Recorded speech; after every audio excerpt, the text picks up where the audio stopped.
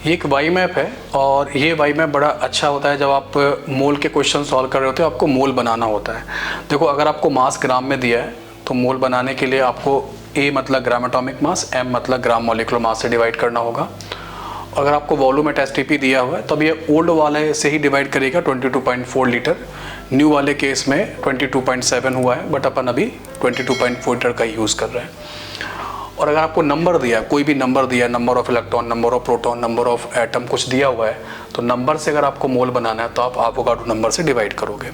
कुल मिला के इसको देखने पे ये बात तो समझ में आ रही है कि मोल बनाने के लिए क्या करना पड़ेगा, डिवाइड करना पड़ेगा। ठीक है, तो आपको मास से मोल पे जाना है तब भी आप डिवाइड कर रहे हैं, और अगर आपको वॉल्यूम से मोल पे जाना है तब भी आप डिवाइड कर रहे हैं, और आपको नंबर से अगर मोल पे जाना है तो भी आप डिवाइड कर रहे हैं।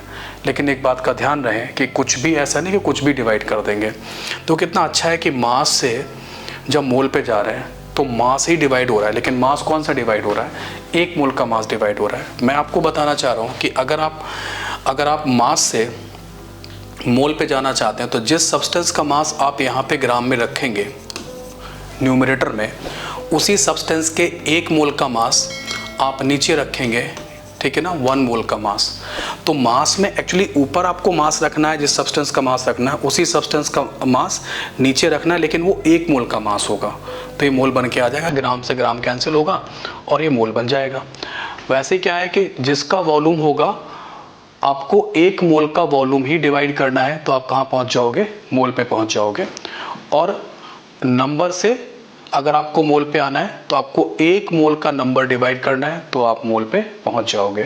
कुल मिला के वही है, जो क्वांटिटी ऊपर होगी उसी का 1 मोल नीचे डिवाइड करना है। नंबर ऊपर है तो 1 मोल का नंबर नीचे, मास ऊपर है तो 1 मोल का मास नीचे डिवाइड करना है, और वॉल्यूम ऊपर है तो 1 मोल का वॉल्यूम नीचे डिवाइड करना है। आप कहाँ पहुँच जाओगे, मोल पे पहुँच जाओगे। लेकिन मोल पे पहुँचने के बाद एक चीज़ आपको और करनी होती है, ठीक है ना, क्या करनी होती है कि मोल बना के हमेशा पूछना होता है कि आपने किसके मोल बनाए हैं।